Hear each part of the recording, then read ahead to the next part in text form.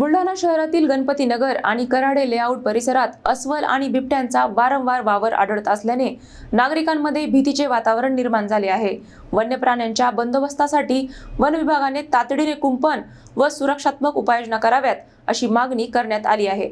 बुलढाणा शहरातील मलकापूर रोड लगत असलेल्या गणपतीनगर आणि कराडे लेआउट परिसरात गेल्या काही दिवसांपासून अस्वल व बिबट्यांचा वावर आढळून येत असल्याने स्थानिक नागरिकांमध्ये भीतीचे वातावरण पसरले आहे। शहरालगतच दाट जंगल क्षेत्र असल्याने येथून अनेकदा हिंस्र वन्य प्राणी शिकारीच्या शोधात वस्तीकडे येत असल्याचे सांगितले जात आहे।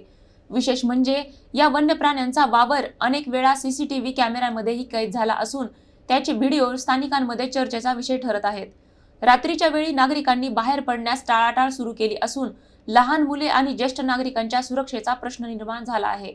या पार्श्वभूमीवर स्थानिक रहिवाशांनी उपवन संरक्षकांकडे निवेदन देत वन विभागाने जंगल परिसरात कुंपण उभारावे, गस्त वाढवावी तसेच कायमस्वरूपी प्रतिबंधात्मक उपाययोजना कराव्यात अशी मागणी केली आहे। नागरिकांच्या सुरक्षिततेच्या दृष्टीने वन विभाग कोणती पावले उचलणार याकडे आता सर्वांचे लक्ष लागले आहे।